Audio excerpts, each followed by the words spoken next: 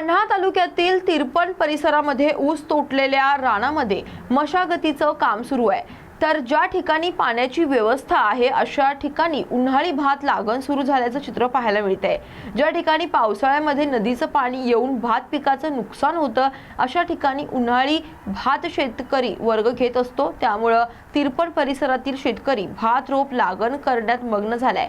ऊसतोड झाल्यानं शेतामध्ये बैलांच्या सहाय्यानं नांगरटीचं काम सुरू झालं असून रोप लावण्यासाठी काही ठिकाणी रोटावेटरचा वापर केला जातोय।